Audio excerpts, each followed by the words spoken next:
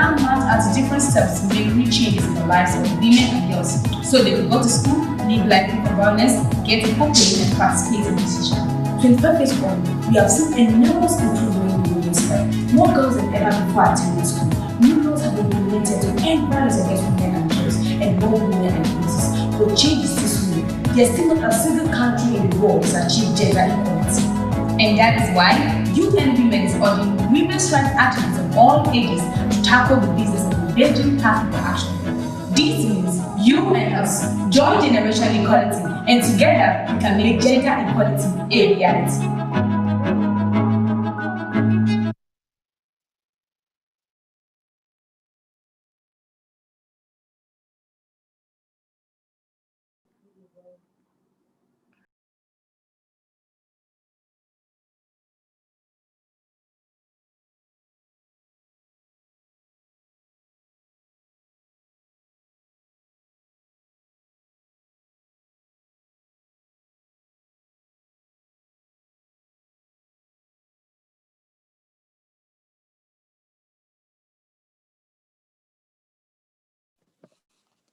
All right, okay, a big welcome to you. Hi. Yeah, I'm sure you can hear me now. All right, fantastic. So a big welcome to you. And my name is Nabil Osman. I'll be your host for today. This particular event is to mark the International Day of the Girl, which was officially celebrated yesterday, the 11th of October, 2020. Now, this event is made possible as a result of efforts between UN Women and the Australian High Commission, with support from the joint EU-UN Spotlight Initiative to eliminate violence against women and girls.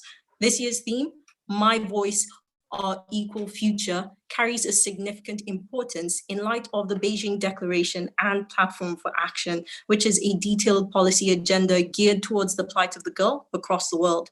This policy was signed by all members of the UN and marks 25 years this year. It's a testament to a global commitment for inclusion and equality for all girls and women across board.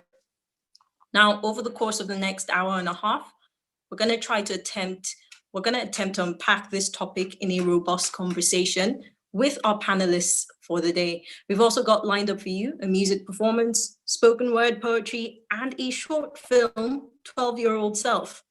Before then, I would like to introduce some of our guests. Of course, you know from the flyer that you've seen, we do have the Australian High Commissioner in Nigeria, Her Excellency Claire Ireland, and a few of our panelists whom I will introduce as the day goes on. We also have the UN country rep to Nigeria, that is Miss Comfort Lamte, whom we'll hear from in a minute or two. Having said that, a hearty welcome once again to everyone present. And without further ado, I'd like to welcome the UN Women representative to Nigeria and who also happens to be the head of UN Women in Nigeria, Miss Comfort Lamte, who'll give us the opening remarks. Ms. Lamte, the floor is yours. Thank you very much, and good afternoon. Her Excellency, the High Commissioner of Australia to Nigeria, Ms. Claire Ireland, all distinguished guests, please permit me to stand on existing protocols. And as I welcome you on behalf of UN Women to this very exciting day, I'm delighted that we're marking this year's International Day of the Girl Child. As we all know, this year is marked, this is the 8th occasion on which we're marking this International Day. And this year is particularly significant because we're marking the Day of the Girl Child in the midst of a pandemic that has thrown real challenges to girls, to the girls' empowerment agenda. We have seen how so many girls have spent months out of school with real threats of many of them, or some of them, we hope not, not going back to the schooling system. We've also witnessed over the last few months horrendous incidences of gender-based violence, some targeted at girls in the homes whilst they have been away from the schooling system, And we also have evidence of increase in cases of early marriage of some girls. So there are real challenges that this pandemic has thrown to the girls' empowerment agenda, for which we must all redouble our efforts to try to reverse. On the more positive side, yes, we're marking the day also as we celebrate and commemorate 25 years of the Beijing Conference on Women, where the girl child was highlighted as one of 12 critical areas of concerns on the platform for action. And in line with the commemoration of the 25th anniversary of the Beijing Platform for Action, this year's theme for International Day of the Girl Child, My Voice, Our Equal Future, hopes to highlight the contribution of girls and give the opportunity for them to reimagine a better world, which is inspired by the dreams of adolescent girls. And as adolescent girls worldwide assert their power as change makers, today's International Day of the Girl Child will focus on their demands to A, live free from gender-based violence and harmful practices, to learn new skills towards the future that they choose, and 3, to lead as a generation of activists accelerating social change, obviously working hand in hand with women's rights activists who will continue to serve as their mentors. I'm very encouraged personally by the global attention and focus that we've seen this year to mark International Day of the Girl Child. And I think it's very important for us to sustain this momentum and commitment to advancing the rights of women and girls. At UN Women, we recognize that the voices and concerns of adolescent girls must be amplified because empowered girls make empowered women. And so we must and we will consciously invest in the rights of girls as they become the next generation to lead us into a more equal future. So in that spirit, I'm excited by the opportunity to listen to the voices and perspectives of the young women we have today, and look forward to more of these interactions in future. Let me once again thank all of you for your presence and look forward to a very exciting afternoon. Thank you. Thank you so much for those words, Ms. Lamte. I think I did pick out that one thing you said: empowered girls make empowered women. And I'm hoping that we can have a more robust conversation on that particular line there. Now, that's a good way to kick off the event. Now, in a world where art is a significant form of expression in advocacy, we have a live spoken word artiste who will share her thoughts on the girl child through a riveting poem. I'd like to introduce to you Fatima Gebi, who is a girl child advocate and a youth activist with over 4 years experience in the development space. She also happens to be a Chibok Girls Ambassador, UNFPA YPP member, African Nigeria member, and a renowned poet, and so much more. Fatima, you have the floor. Good afternoon, everybody. As introduced, my name is Fatima Gebi, and I will be presenting a short piece which aims to highlight the importance of the voices of activists, of writers, of artists in the battle for advocacy for women's inclusion, girl and the like. On the stage, lights blaring in my face, the microphone within my reach, I began to speak. Words rolled off my tongue, and like a song, I sang along. Like a rehearsed tune, I spoke with glee on the plight of women and girls around me. Opportune to represent, vent, give them my 2 cents. An opportunity given to me to bring forth the misery of every single girl, no matter her race or ethnicity. An opportunity to lend my voice, my words, my strength in the battle for inclusion and access to opportunities. I speak. They hear me nodding along, for the tunes of this song sound familiar. I speak. They applaud, for this is far from just your regular song. I speak for you, for me, for us. For my voice is our equal future. Thank you. Thank you so much, Fatima, for that. That's quite fantastic. I mean, the girl becomes a woman, and this particular woman has used her proverbial mic for her voice, our equal future. Having said that, as you know, today we'll be screening a short film that is the 12-year-old self. That's the title. I'm sure you've seen it on the flyer.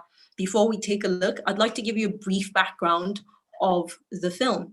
Now, the Australian High Commission in Nigeria, in collaboration with UN Women, produced a 12-year-old self, which is a short film of women leaders in Nigeria sharing advice and words of inspiration that they would have loved to hear when they were 12 years old. Now, for the past couple of weeks, the High Commission and UN Women have been sharing individual clips from these various women. We will now be screening what is a short compilation for the very first time. Let's take a look.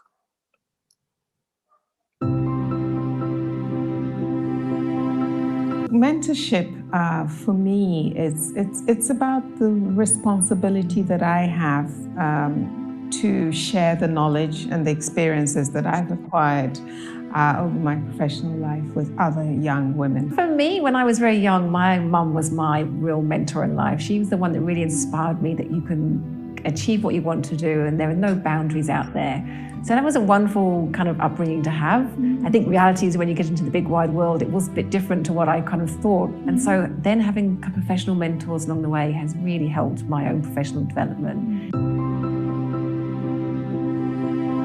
As women in senior leadership roles, I think it's really important for us to support the next generation of change makers who are coming in. Whilst we as women leaders have been able to achieve so much, there's still so much to be achieved. And that's what led us to kind of work with UN Women underneath their Generation Equality campaign. It seemed like a great opportunity to look about how we could support that next generation. When you look around Nigeria, you see so many incredible women leaders in leadership roles. And so it just seemed like a real great opportunity to reach out to some of those women in leadership roles and to ask them what advice they would give to the next generation. And that led to that kind of question of what would you have told your 12-year-old self? So that's how it came about.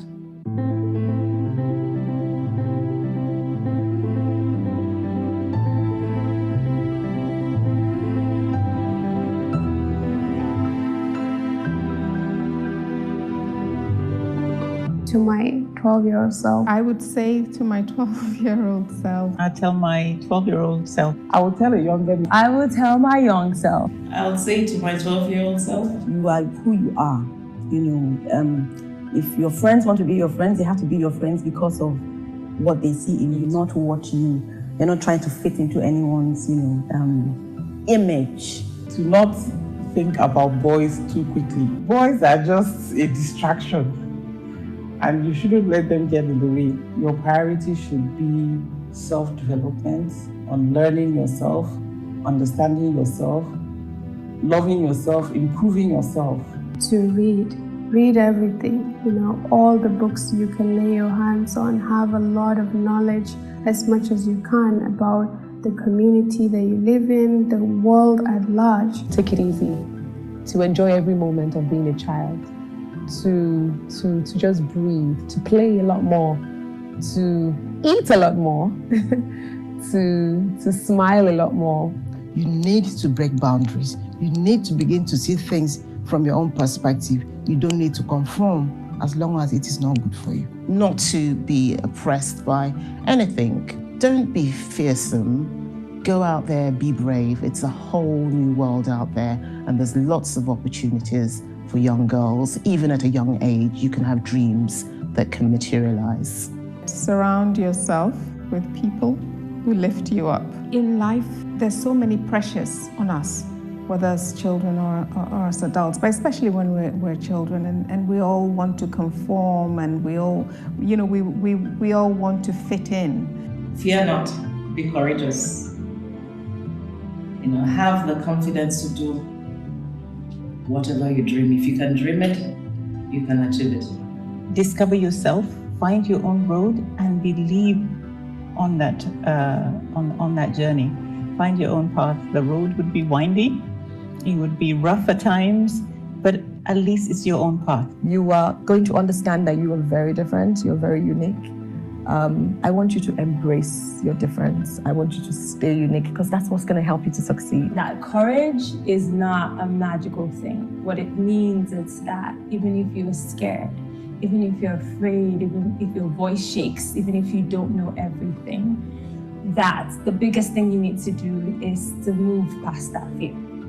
I would tell my 12-year-old self, take your education seriously, because that's the key to your independent self, to being who you want to be, where you want to be, anywhere in the world. That's your passport. Stay grateful. You need to stay grateful. You need to continue to bring joy to people. And girl, don't do drugs. She will be so happy and relieved and proud of me that, oh, you did it. You know who you are. You're doing the best you can with who you are. You're touching lives with the gifts that God has given you. She'll be amazed. Always have the confidence to believe that if you fall, you can get up. I have learned more through failure than I have learned through success. As a 12-year-old, as I was saying, that sometimes I wanted things to be perfect, you know. But I think I would say don't be afraid to make mistakes, because in making mistakes you learn and you become a better person, so long as you believe that you're doing the right thing for you and for people around you.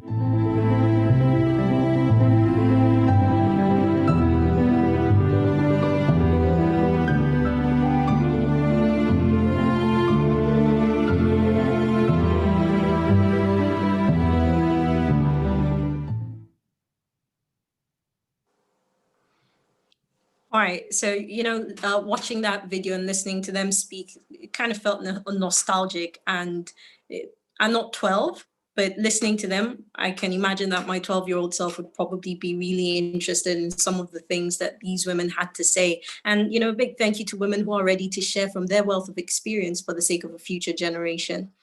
Having said that, speaking of art as expression, we'll be showing you a music performance by an artist who hardly needs introducing. If you saw the flyer, then you know we have singer, songwriter, Dija here with us.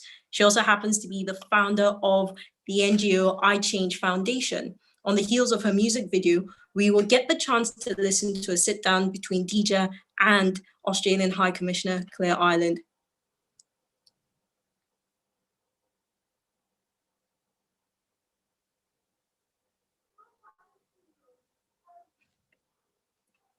Are we a go?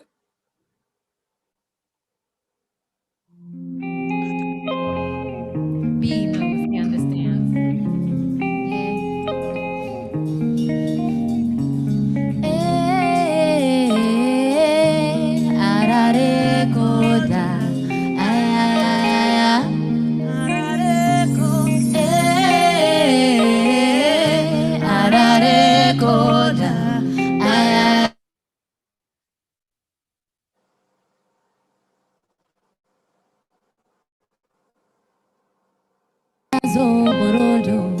Mazankwela da zage rage arikse mu yan arewa dan wake daga dada da dadewa ga makanana yan makarantan boga karatu ga sallah ba hayaniya ba fada kasuwanci zaman lahiya wayo wayo wayo Ibiza loa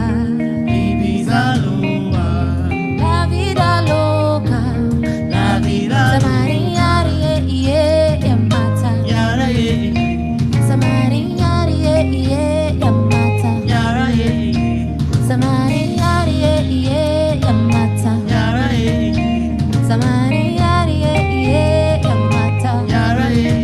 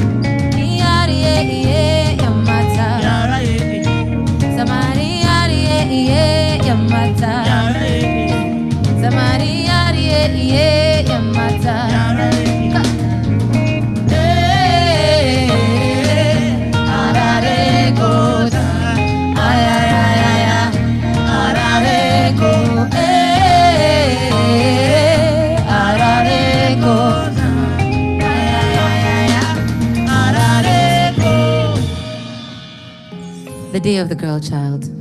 Today is a day to celebrate all amazing girls out there. To all the amazing women, mothers, sisters, daughters, friends. Girl power. And shout out to all the amazing boys that support us. Yeah. Let's go.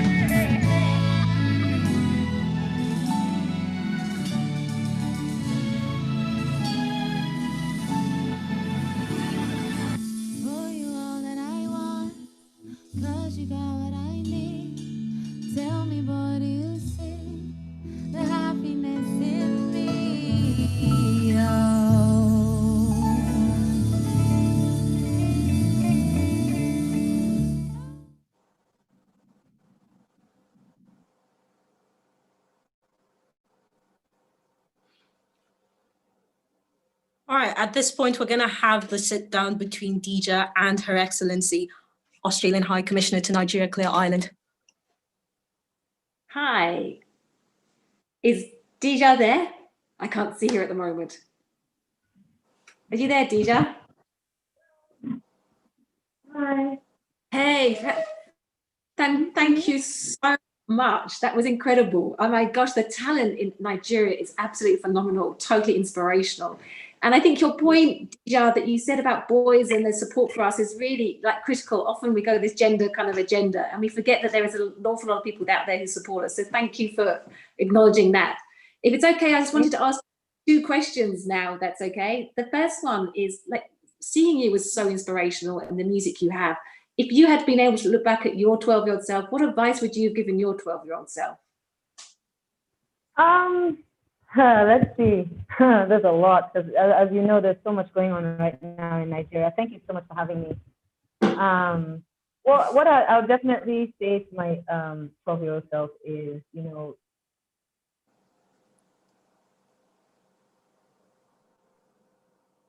of course, was, you know, you're in a place where sometimes being a girl is almost seen as second class kind of thing, I guess, if that's how you're going to look at it. But my mom has always been my inspiration, and I saw that about what you said, and she's just an amazingly, amazingly strong woman that didn't really make too much of a difference between myself and my brother. So definitely I would tell myself to not want to just hear to talk. I would listen, learn, and then react, because I guess I get too anxious sometimes. So I definitely advise myself to listen more, but also trust my instincts and just stand. Even if I'm standing alone, be confident with that. Yeah, no, that's really important. And I think that listening part is really critical. And I think you have a lot of people that listen to you because you're obviously very influential. And I guess my next question was, how do you use your platform as an artist to inspire and mentor young girls? Because you have that platform, people will listen to you and look up to you. And so you're in such a great position to be able to kind of share that. So how do you use your platform? How do you see the importance of that to inspire and mentor young girls?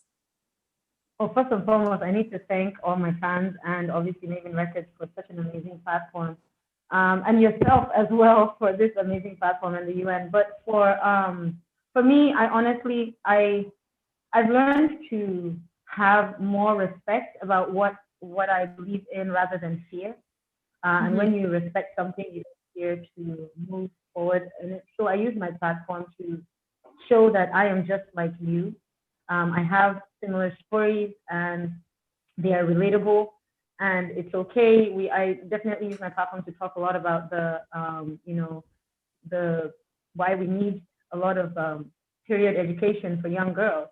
I also use my platform to, as of now, we're talking about, the youth is rising, and we're talking about a lot of the violence against women, police brutality, and there's a lot of violence against women that I definitely push, and I advocate that there should be reforms, there should be, ending things that don't have any use for us. So I definitely use it to inspire the youth to be able to talk, and also use peace while talking.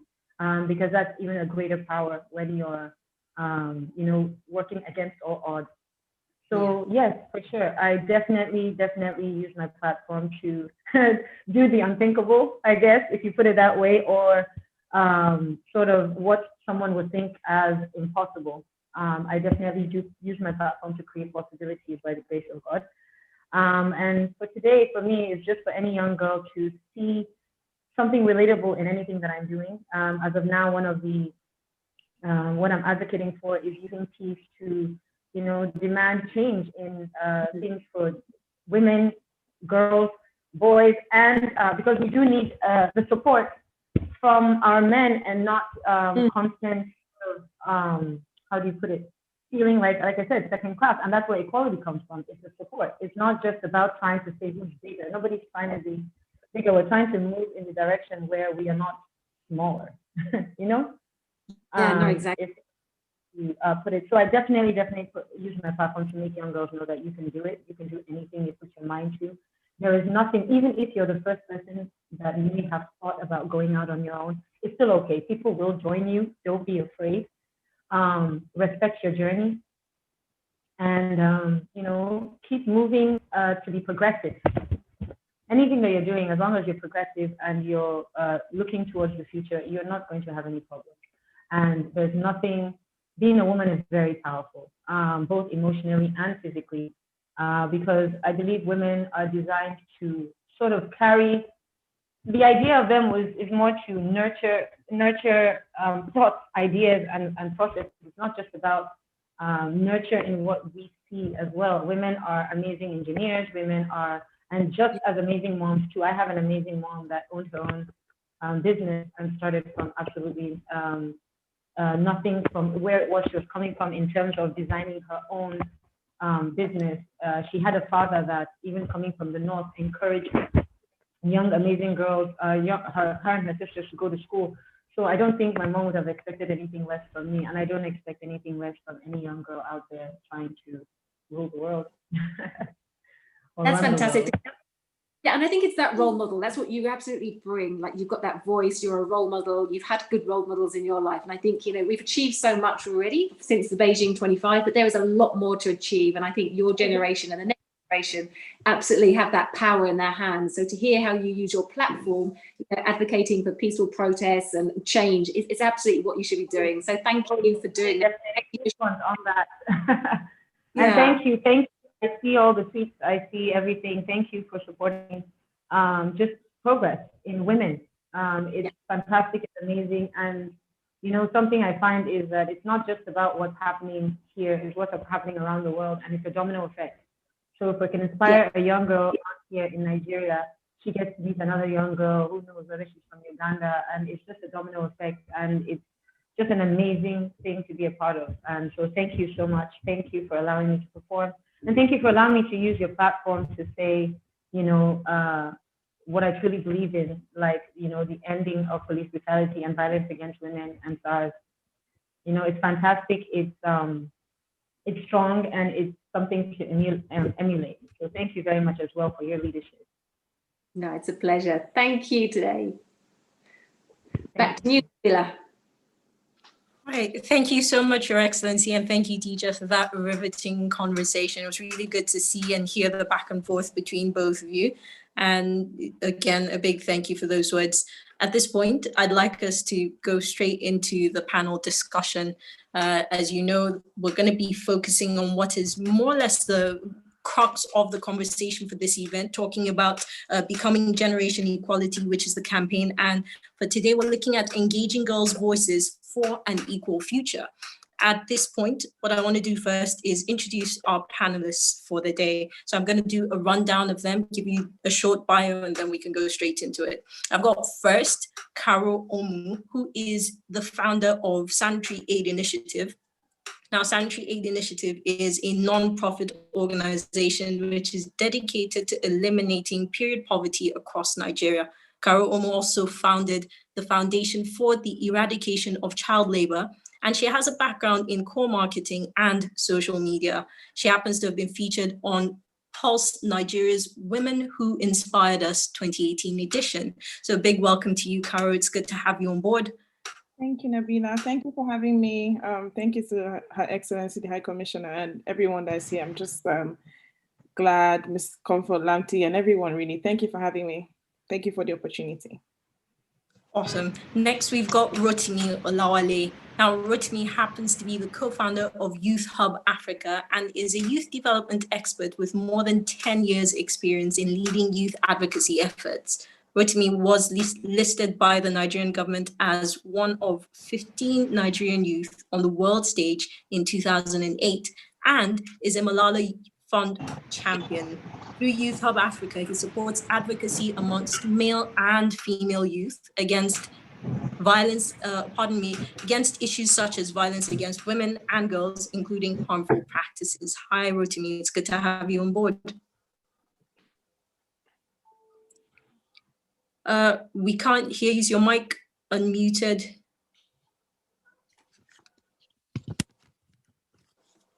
Rotimi, we're having a slight problem with audio feedback. Can see you clearly, but can't hear you properly.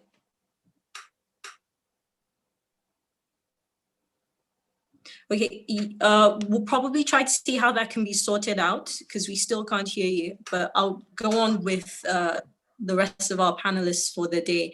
I've also got Blessing Mary Ochedo, who is a practicing pharmacist, a published author, and a human rights advocate with Platinum Interventions Care Initiative, which is a non-profit organization that is focusing on empowering persons with disabilities. As a disability rights advocate, Blessing rolled out the viral campaign called #RampUpNigeria to address the accessibility challenges of persons with disabilities in Nigeria and to hold the government to task on implementing the Disability Rights Act. Hello, Blessings, good to have you.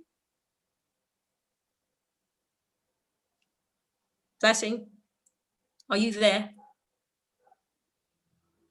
All right, while that gets sorted out, I've still got a couple of panelists to introduce. I have Uchenna Onwame-Ugu. Hopefully I got that right. Uchenna happens to be the founder and COO of EduFund Technique Limited and is a leading advocate of STEM, which is science, technology, engineering, and math education for girls. Uchenna's organization is STEM Robotics Hub, which is responsible for designing the STEM Gender Gap Bridging Project that won the Global Gold Award Medal in the 2018 Technovation World Code and Pitch Challenge for girls in Silicon Valley, USA.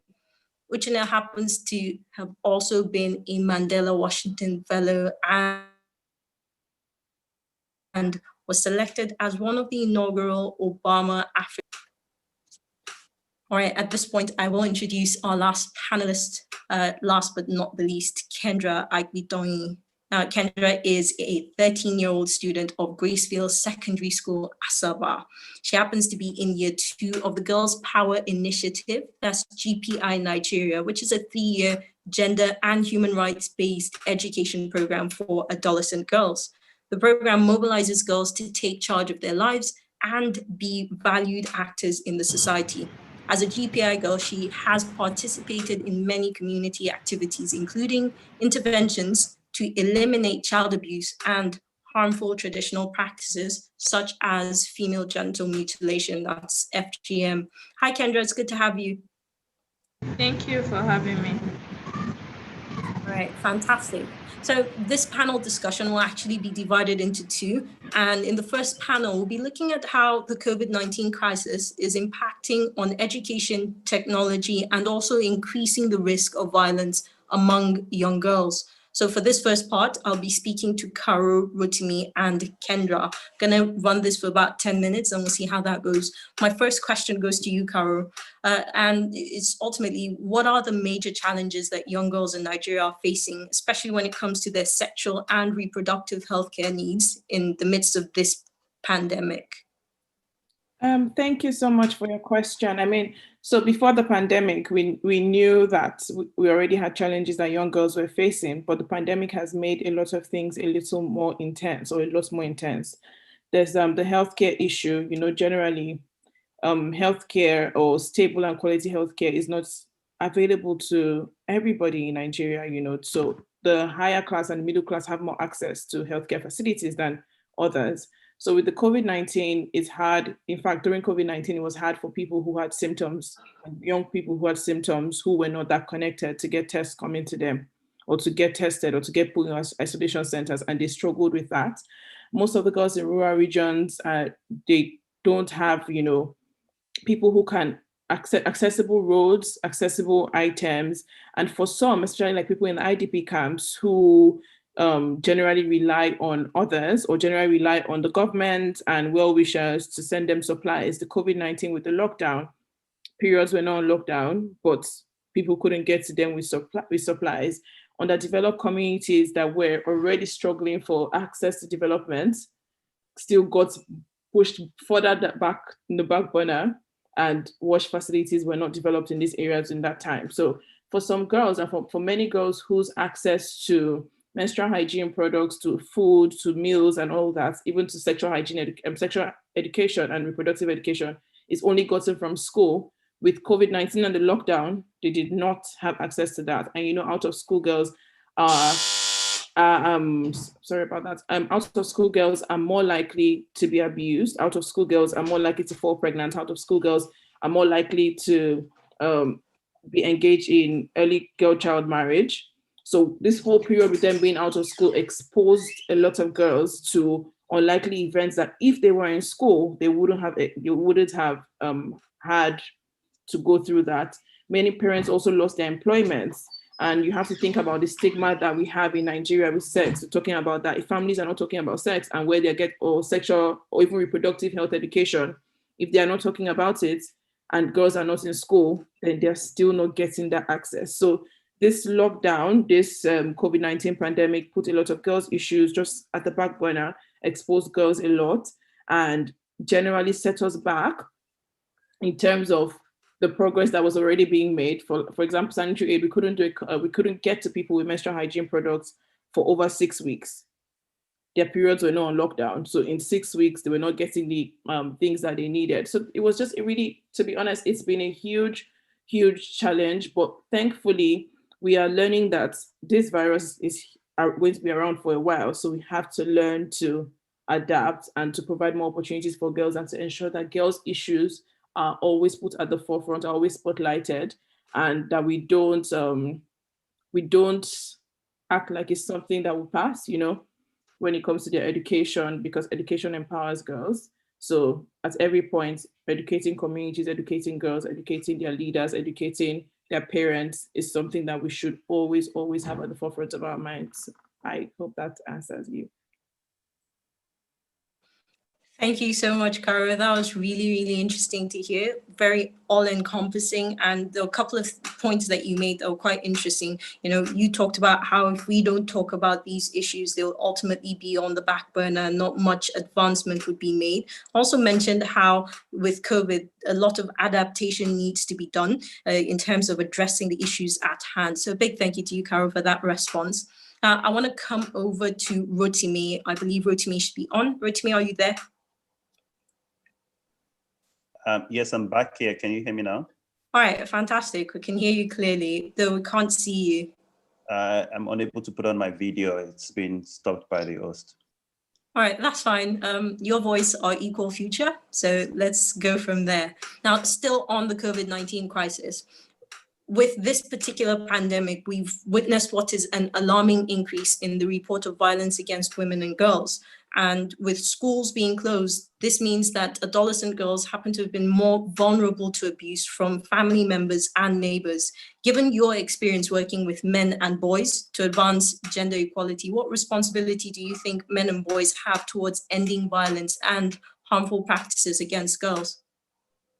Thank you very much. I think that one of the things that we're beginning to see in the last 1 or 2 years is there's been a big shift in terms of how Nigerians, young Nigerians, including men and boys, see issues around violence against women and gender-based violence. And one of the lessons that we've learned, especially with the lockdown, is that this culture of silence amongst men, where we see evil and don't talk about it, where we see neighbors, friends, family abuse women, and it happens only at boys' talk and we don't escalate it. It's a culture that we need to put an end to. And men needs to step up to report, to talk about evil that is going on. And when their friends come to them to talk to them about issues that border around gender-based violence or abuse of women, we need to speak up and not shut up. And so because a lot of young men want to feel among, they want to hear interesting gist, they don't want to be seen as the odd one out in conversation. But when it comes to issues of rape, sexual harassment, harassment in the workplace, harassment of female colleagues, we need to speak up. And this is one of the big lessons that we must learn from lockdown. Issues around sexual harassment affect people's life, affect people's health, and we need to learn to continue to speak up. The second thing I would like to speak about is also there are a lot of things that also men need to unlearn. There are a lot of practices, social behaviors that men, young boys have picked up over time that we need to unlearn, things that people don't see as wrong maybe 10, 15 years ago, but now with new information and new light and orientation, these are things that we need to unlearn. Catcalling, abusing women, unwanted touching of women in the workplace, at home, in higher institutions. These are things that men need to unlearn, and these are things that we need to talk about amongst men and the things that we need to talk about. The last thing I would like to pay attention to is also the issue of consent. Recently, I think during the lockdown, we did a virtual course on understanding consent, and it was quite interesting that quite a lot of young boys do not know what consent is about.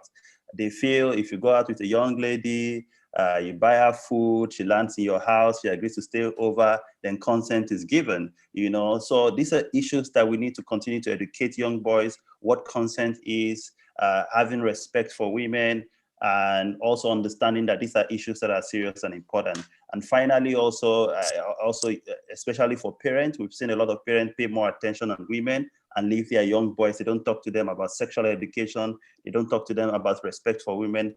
And also parents put more attention on young women. They don't allow them to explore, to go out, to learn new things, all in the guise of protecting women. We need to give equal attention to boys and girls, give them the opportunity to develop their potentials, and ensure they become responsible people to the society.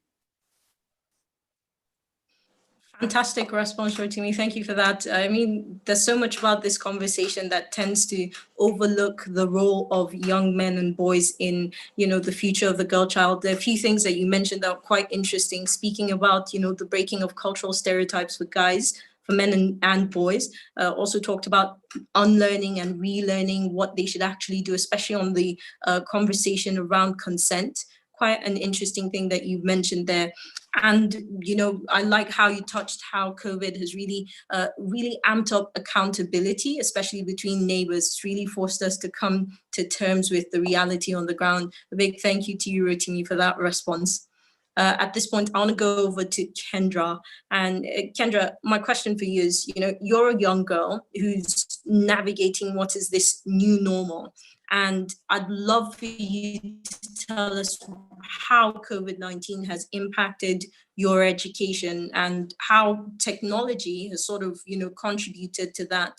Has it been difficult? What are the challenges you faced in accessing internet, steady internet? Kendra? Kendra, can you hear me? All right, I'm not sure if Kendra is still with us. She probably has a messy network connection at the moment. Well, her response is pretty much the last part of this first half of the panel discussion. Kendra, can you hear me? I believe you're still with us, but your mic is probably muted. Can you unmute it?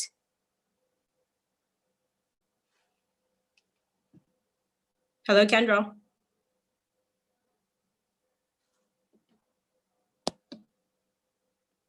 All right, Kendra, I see that you're still with us, but your mic is still muted.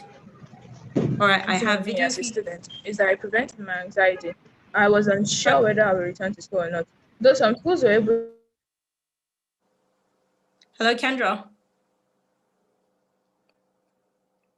Kendra, can you hear me?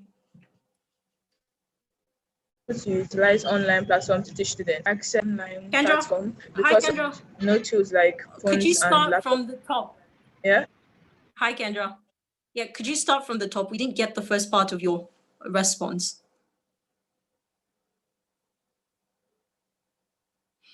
Can you hear me?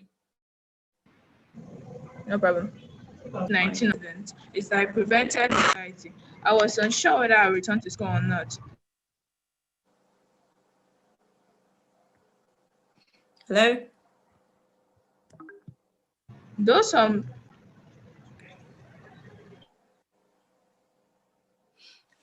We seem to be experiencing a bit of a network connection trouble with Kendra. I think we'll probably come back to her, give her a few minutes, might be able to sort that out in a bit.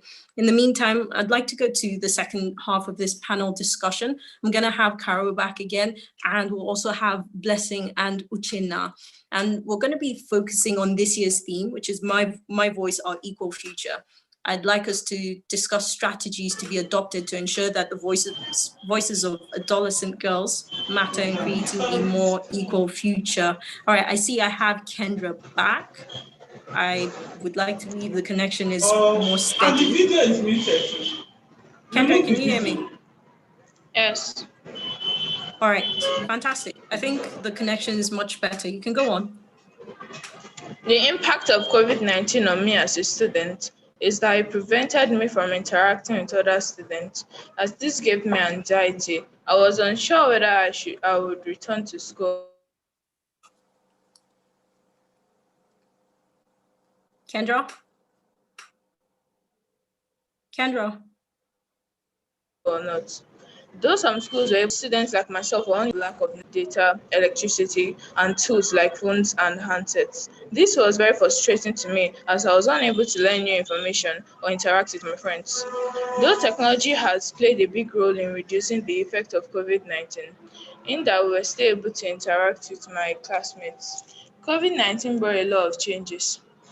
After the restriction of movement had been lifted, my friends could finally come for a visit, and they had to go through thorough sanitization as my mom rushed out to sanitize them.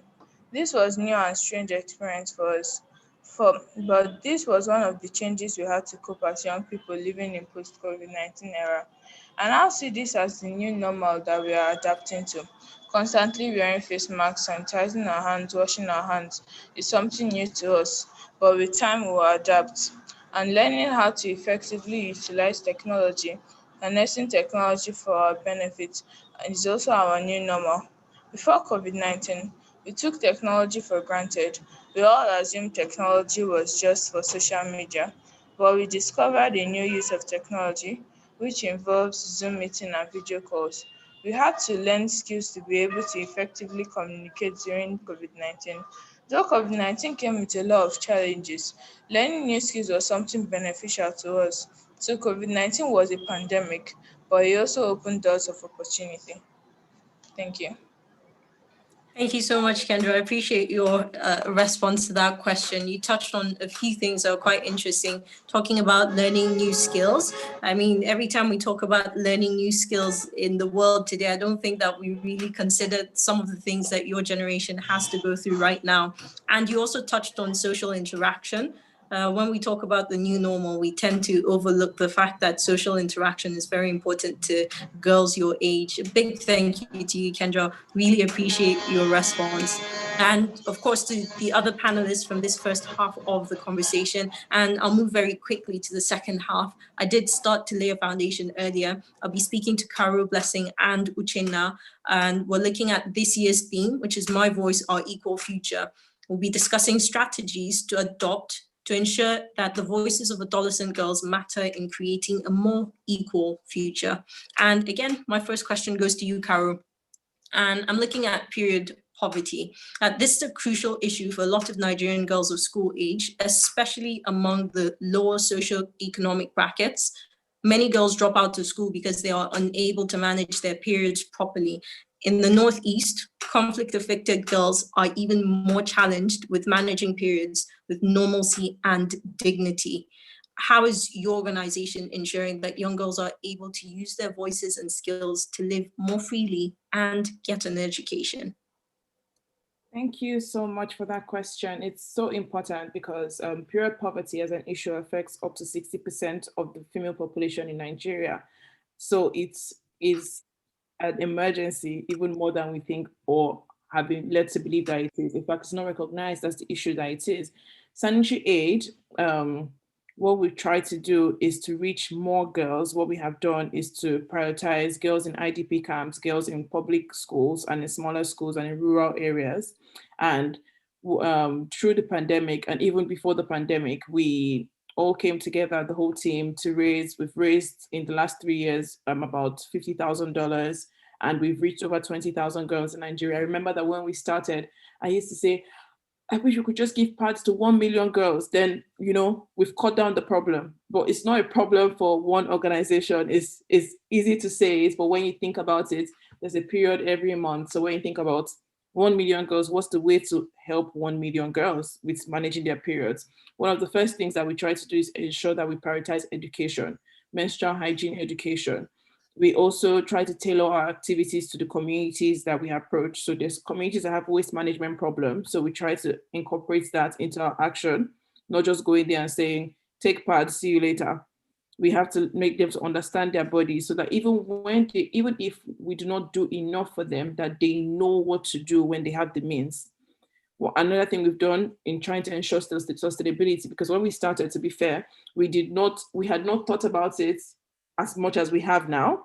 And now in thinking about it, say, how can I sustain this? So we have introduced reusable options. So currently we give girls reusable pads, teach them how to manage it, teach them about their menstrual calendar, how to count it. One of the frequently asked questions that we always get is, I saw my period twice in 1 month. Is something wrong with me? Am I fine? So teaching them how to count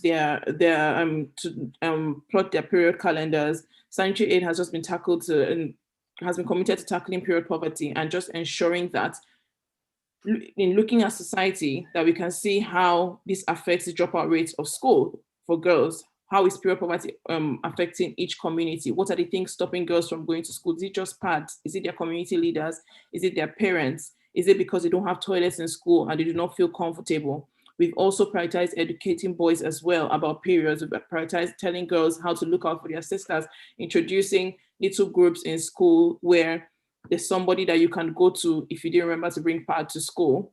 I'll give you an example. We've had a young girl in Maiduguri, can't afford education, but this young girl is going to school that's funded by the government. So what else can you do to ensure that these communities prioritize education even beyond what they already understand, or even beyond what their families also understand? Is a community intervention issue. So we can direct the girls who can go to school to meet them. If they drop out of school, then who supports them?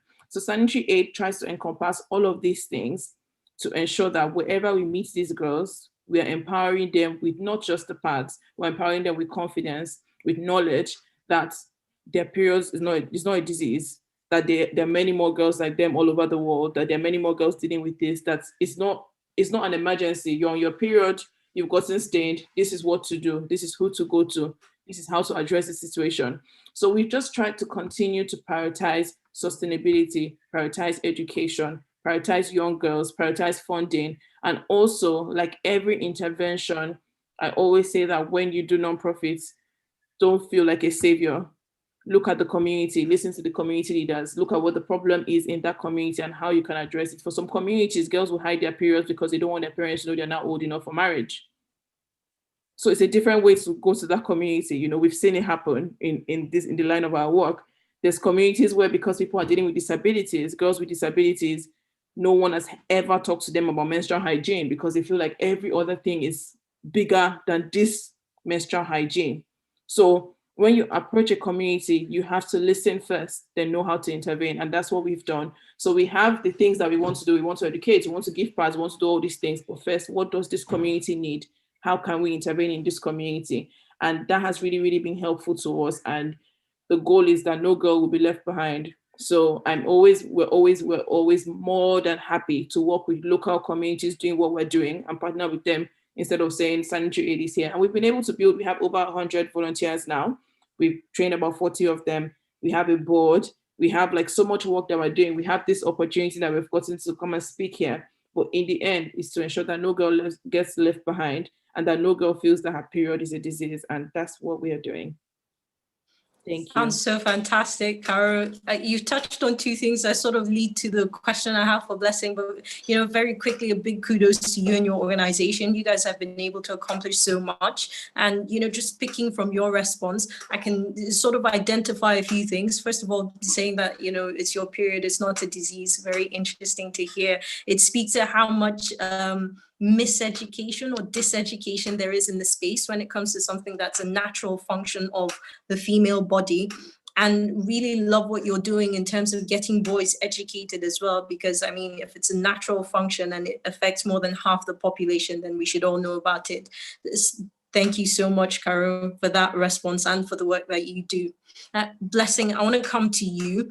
Caro has touched on two things, like I said earlier, and that is the subject of disability, which we know is an added layer of vulnerability for adolescent girls. She also spoke on the principle of leaving no one behind. She spoke to the matter of girls specifically, but that principle, leaving no one behind, how do you think that can be harnessed to empower adolescent girls living with disabilities in order to help them create a more equal future?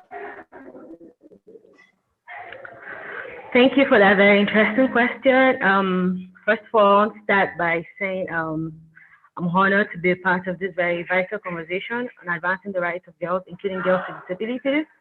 I'm also fortunate to be one of the UN mentees for the Beijing Plus 25, where we're paired with older women who were instrumental to the actualization of the Beijing Platform for Action in 1995. So with this program, we've learned a lot, and I'm very fortunate to be a part of it. Okay, to your question, I would like to share a story. My story. I was only 3 years old when I had a medical injury that left me partially paralyzed from the waist down, and so I've had to use walking aid and wheelchair for over 20 years of my life. When this happened to me first, initially, a lot of people in my community, my family, extended family members and friends, they all gave up on me. They thought there was nothing that could come out of this girl with a disability. They did not envision me amounting to much. But my parents never gave up on me. They never saw disability as the end of the world for me. They supported me just the same way they supported my other siblings. I was not treated differently.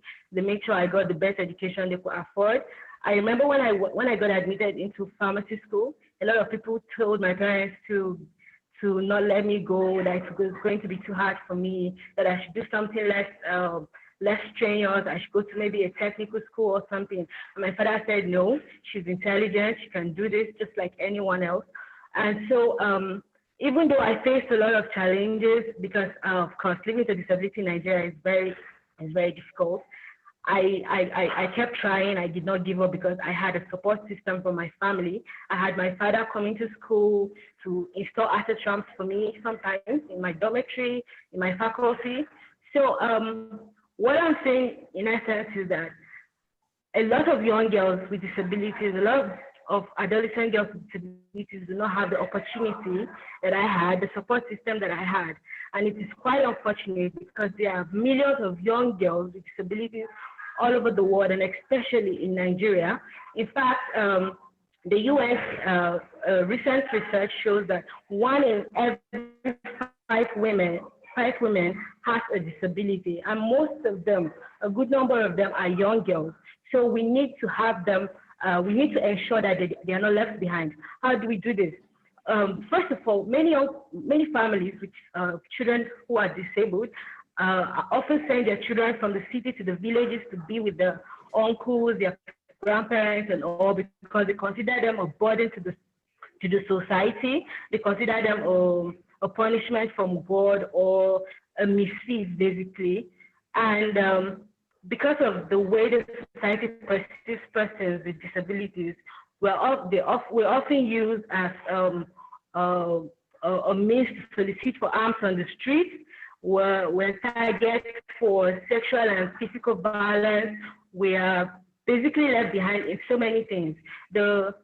One of the interesting ways in which we are being left behind is through inaccessible structures.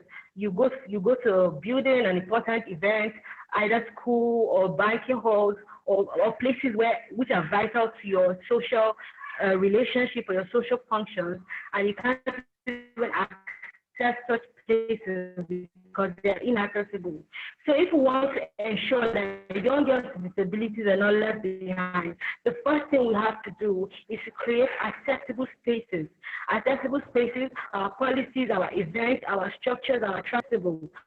Because education stands at the very foundation of exclusion. If you exclude young girls with disabilities from schools, they're going to not have productive life. They're not going to be able to effectively and fully participate in the society. And participation itself is a transformative tool for change. So we have to start by making accessible spaces. Secondly, we also have to ensure that there are mentorship programs for young girls with disabilities. We need to ensure that young girls are taught that they are all right. Young girls with disabilities are taught that they are all right, that there's nothing wrong with them, that they matter, that they are allowed to dream dreams, just like their able-bodied counterparts, and that they can amount to whatever they want to with the right support system. We need to create safe spaces for young girls with disabilities and ensure that they are carried along in every aspect of the society. And finally, we have to ensure that in whatever we do, we should always have it at the back of our mind that disability could happen to anyone. It could be your child tomorrow, it could be you. So we should always make sure that whatever we do for young girls with disabilities, that they are carried along, that they are made to feel that they matter, that their contributions matter. And then there's something I have been saying for a long time. Data is very important. You cannot work on empowering young girls with disabilities if you do not even know who these people are. So it is important that data is driven to be inclusive, that researches are carried out to carry along young girls with disabilities, that we have their faces, we know their faces, we know their names. This will drive visibility, this will drive inclusion. And because millions of girls with disabilities cannot be left behind without the society having to continue to treat them as charitable causes, we have to ensure that they are empowered to lead productive and full lives. Thank you very much. Thank you so much, Blessing. That was quite interesting to hear. I mean, I think for me, the few things I did pick from your response. First of all, talking about the cultural and religious stigma, that's such a heartbreaking thing to hear. And just hearing you speak about dignity, opportunity, support, those things that build you up, it kind of makes it a really hopeful thing that the response to people, girls, the adolescent girl with a disability is really just an easy one that we could actually all pull together and focus on. Having said that, I do want to come to Uchenna and throw a question. So Uchenna, I don't know if you're with us right now. Are you there? Yeah, I'm here. All right, great. It's good to have you. Now, I'm Uchenna, here. in 2018, Good to have Team Save Us All won the 2018 Technovation Challenge in California. And this was after going through a mentorship experience with EduFund Technique. And that makes it's a great opportunity to ask you, what are the key areas of investment to increase access to STEM education for girls here in Nigeria? And on the heels of that, who are the principal actors that can ensure this happens?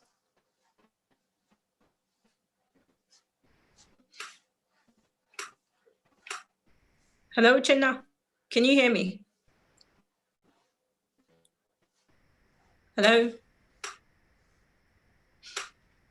Uchenna, are you there? We seem to be having a network challenge with Uchenna.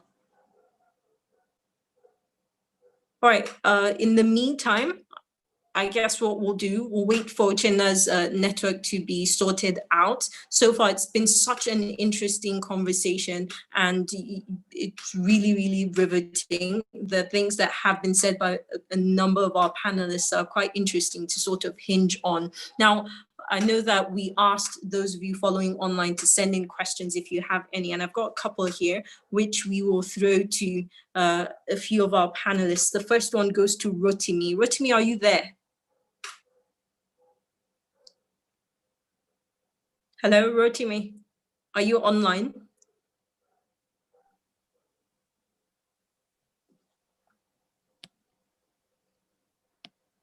Okay, I don't seem to have him online at the moment. So I'll instead go back to Caro. Caro, are you there? Can I? I'm here, hi. Yeah, okay, fantastic. So I've got a question for you from our chat box. And this question says, yeah, so how do you sustain funding for enough sanitary aids for girls? So currently we do have partners. So we have some partners, like some organizations that have done one-off donations, which are like big donations that can maybe go to one community. But we also have a lot of crowdfunding. We have a lot of campaigns that we run, but we are largely, I mean, more than 70% funded by individuals. So we rely heavily on donations, but we're always open to corporate partnerships. So we've had a couple of banks and other organizations that have partnered with us on one or two campaigns, on individual campaigns. But largely we are crowdfunded, and it's individuals who have learned about the poverty issue that are always moved to supporting us. So, yes. Okay, thank you for that. It's interesting to hear that there are people who are committed to the cause. I mean, where would we be if we didn't have such people? All right, so, okay, Rotimi, it's good to have you back. So I do have a question here for you. Can you hear me? All right, great. So the question is, first of all, this follower says, thank you for your contribution. And you take a girl out, she's free with you, and so many think that this is that consent, that, pardon me, that is consent automatically. And you're right, it is beyond that. What sort of interventions does Youth Hub Africa for Men in particular? I think maybe rephrase that question very quickly, because I understand the crux of it.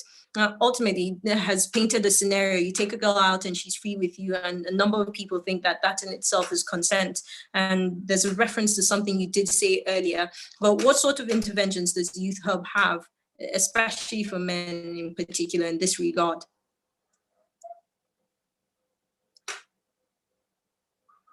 Rotimi, your mic is off. I can see you clearly, but I can't hear you. Can we try that again? Still can't hear you. I can see you clearly, but I can't hear you. Can you hear me?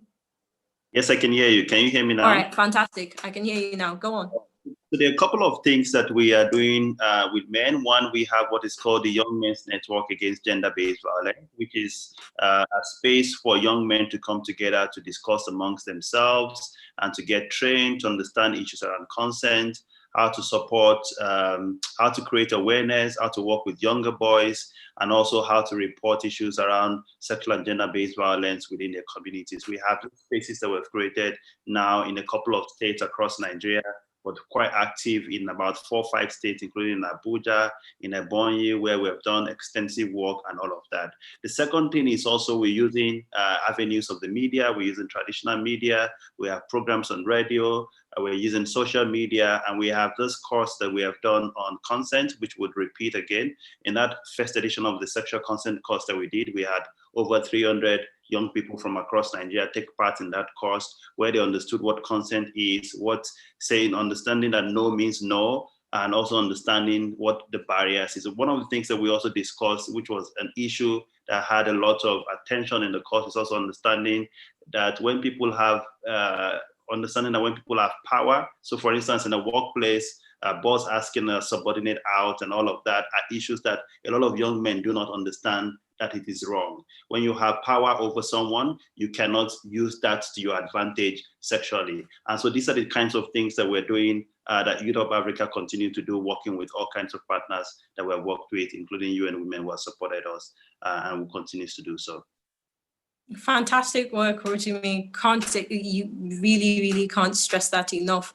And it's good to hear practical solutions, which are really just easy, speaking to education and educating young men and boys on this particular matter. I believe we have Uchenna back on, and it would be great to have you respond to the question earlier. We're talking about investment that would help increase access to STEM education for girls in the country, and who those principal actors would be.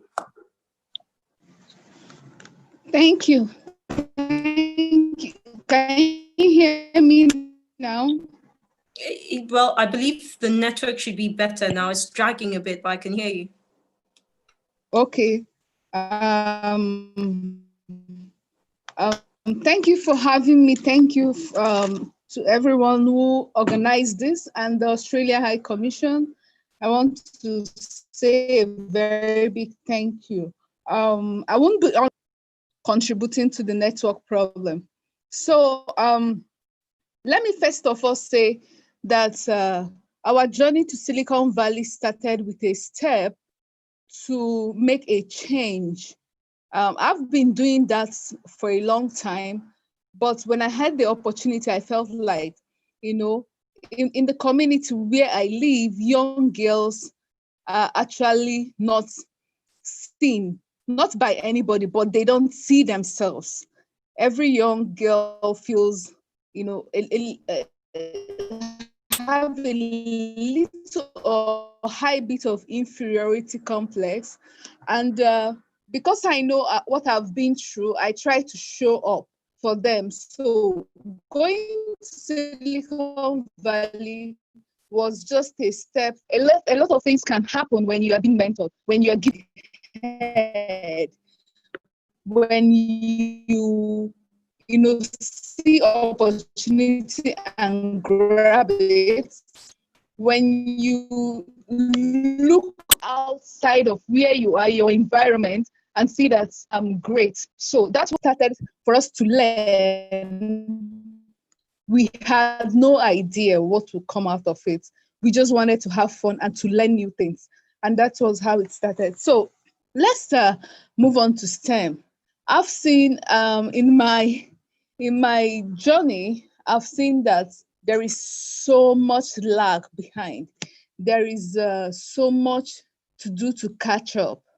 And the areas we want to, I focus on mainly is for the girls, because through STEM, you build self-confidence. First of all, through STEM, you create awareness. Through STEM, they start believing in this. Through STEM, they share a lot of problems. Parents at home, because they are girls, and their parents wouldn't want them to do this. You know, saying you want to become an engineer is a taboo in most African communities, because engineering is not for girls. Being a mechanic is not for girls. So, and that limits them. Through STEM, they can know they can move on without getting married at the age of 16. They look forward to what to be. So STEM education has come to stay, and I'm projecting. The last time I had a meeting with the Minister of Education, I said, you know what, we can speak from now till tomorrow. If we are not taking actual actions or steps to do this, we can't reach that. So one of the key players in actually making STEM a reality in Nigeria, I don't know if that's the question, I can't remember. It's first of all the political leaders, the policymakers, who are the ones that decide what happens in school. Because if you go to school for the children to pass their WAEC, be able to wake up tomorrow and say, this is who I am, this is who I want to be, this is what I want to do. So the students are just trying to pass WAEC, and that is the only thing that happens. So the policymakers should be able to do something. However, we look at support, the key people that has been supportive. We have the US Embassy supporting this program, making sure we do programs to help the children, making sure we create more awareness and bring in resource materials for them. So the principal actors that can ensure this are actually individuals, the parents, the embassies who want to, be part of this. They are the key. So, but policymakers to take actually 10 years or 5 years. We rely on philanthropic donation. We rely on sustainability models to make sure that we keep doing this. Currently, we've been able to reach over 15,000 girls. We are progressing. STEM voices, I call it STEM voices. That with STEM, the voice of the young ones will be amplified. Through STEM, they discover themselves more. Through STEM, they do a lot of things that will make them an informed adult and an adult that is ready for the 21st. Hello? Hello? Hello? Hello? We can hear you, Uchenna. Okay, did you hear the last things I said? Oh my God. Yes, we can hear you, Uchenna. Okay, so I didn't know, did you hear the last things I said? Yeah. I was talking about, okay, thank you so much. Thank you. So with STEM, girls can be seen, they can be heard, and the key partners that we're looking at are those that can be able to support girls to keep discovering themselves through STEM education.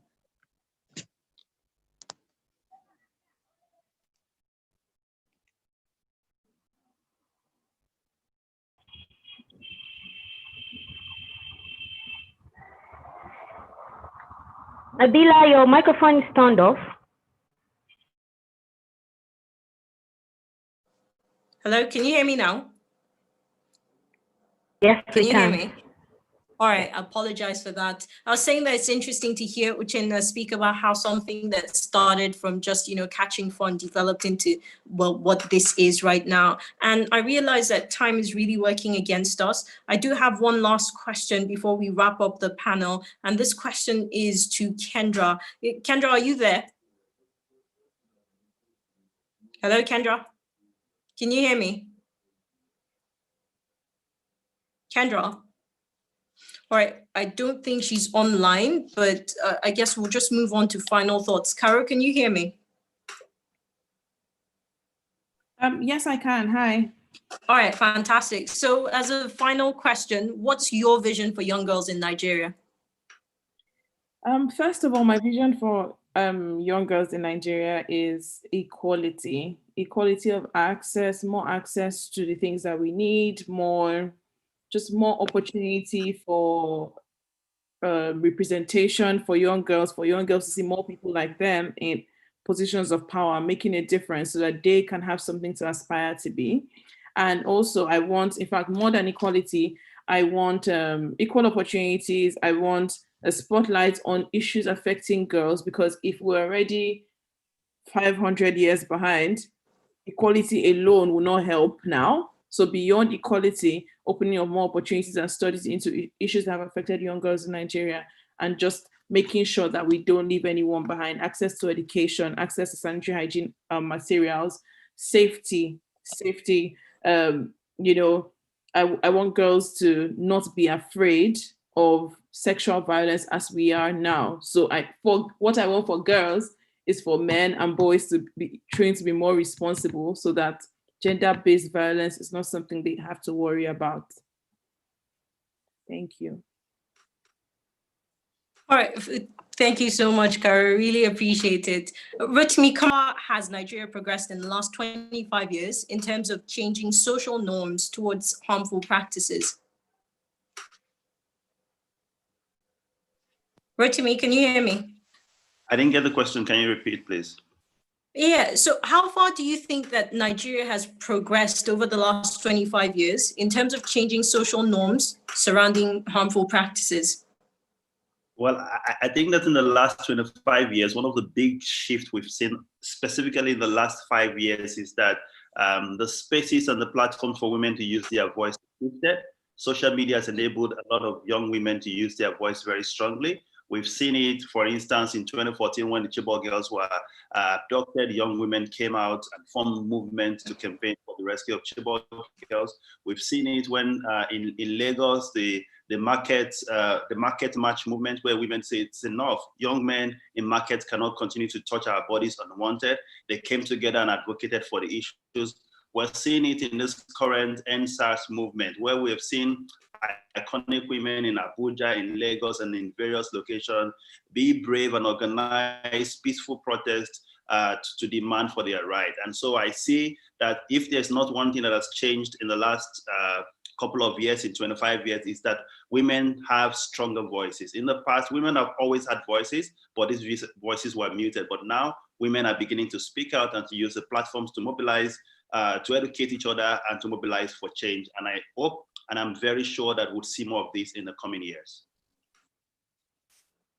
Thank you, Rotimi. I appreciate that. Blessing, do we have you online? Yes. Hello, Blessing. Are you there? All right, great. Yes, So final question for you. How can entities collaborate to ensure that there is inclusion for young girls living with disabilities? Thank you very much for the question. Entities can collaborate in so many ways. For example, from the head, we're talking about government institutions, they should work to ensure that all the disability rights, the African Protocol for Disability, the United Nations Convention on the Rights of Persons with Disabilities, that all of these laws are ratified in every state and that they are being implemented by collaborating with disability-based organizations. For example, furthermore, they can also collaborate. Other international organizations or corporate bodies can work with disability-based organizations to drive research and to drive empowerment programs for persons with disabilities. For example, what I do in my organization is to ensure, for the past 3 years, we've been working to ensure that there are accessible schools that public institutions are accessible for persons with disabilities, and also empowering young girls with mobility aids so that they can also go to regular formal schools like their counterparts. And we're also working to ensure digital inclusion, because what the COVID pandemic has taught us is that when things moved online, a lot of people with disabilities could not partake, could not participate, and that is very unfair. And also, I believe the corporate body should also fund, should also ensure that their policies are inclusive in terms of employment for persons with disabilities. And then media organizations have a role to play in ensuring that there's representation of persons with disabilities. Let these young girls with disabilities see people like them being part of important conversations, see people like them living normal lives, and this will also encourage them to keep trying to be decision makers and to be leaders in their communities. Thank you very much. Thank you, Blessing. Appreciate that. Do we have Kendra on? Kendra, can you hear me? Are you on with us?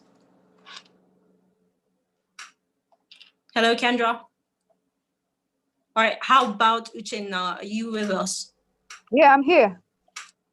Uchenna, can you hear me? Yes, I can hear you. All right, fantastic. Just a final question for you. Got a minute so that we get final thoughts from you. Which technological innovation by Nigerian girls has really inspired you the most, and why? I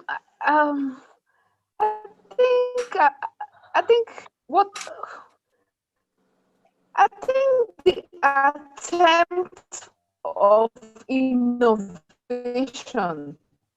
has inspired me the most about finished work, but to innovate, because we are not in the country where you have incubators to take up projects or things to happen. But on a daily basis to innovate, building different apps, bringing motivates me the most. That inspires me the most.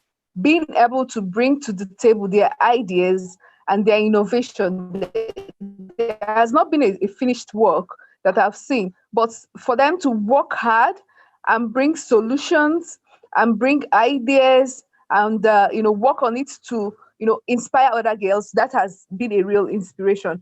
And I hope in the future we are working with some people to have a real innovation incubation hub where girls can actually bring their products to finish in Nigeria.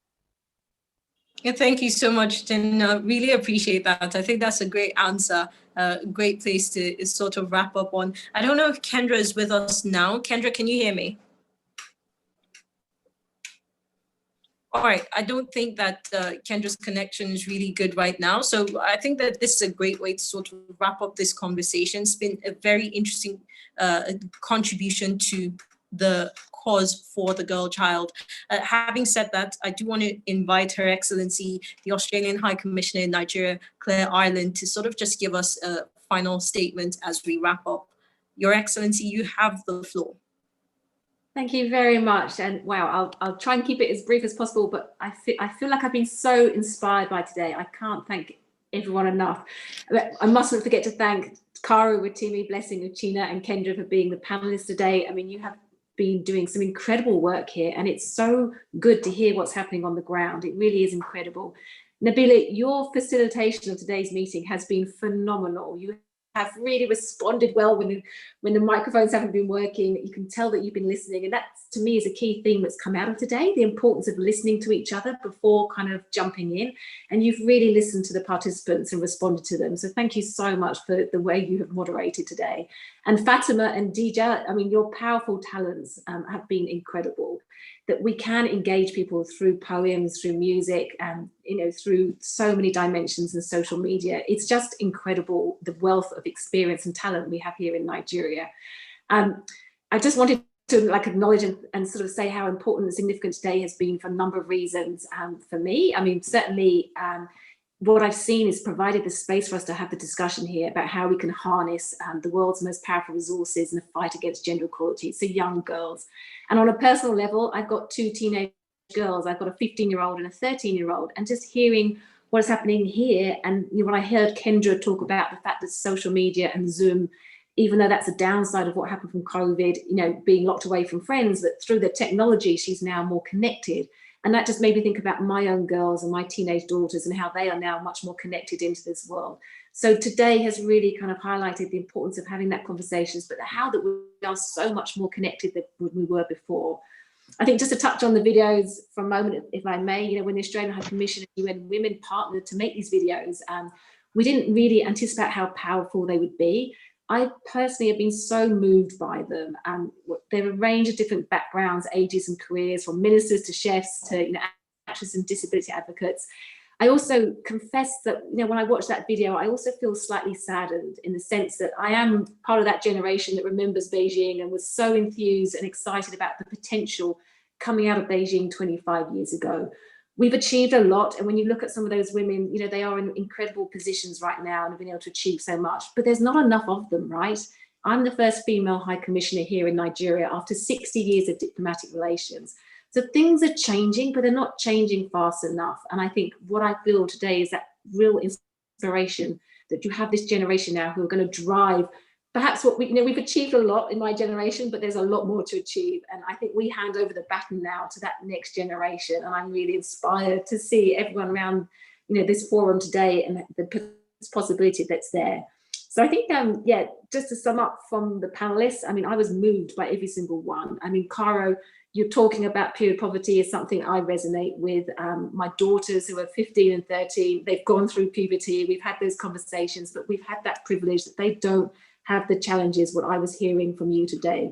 And you're right, it's an issue that's not going away. We have to be able to support them, and that's critical.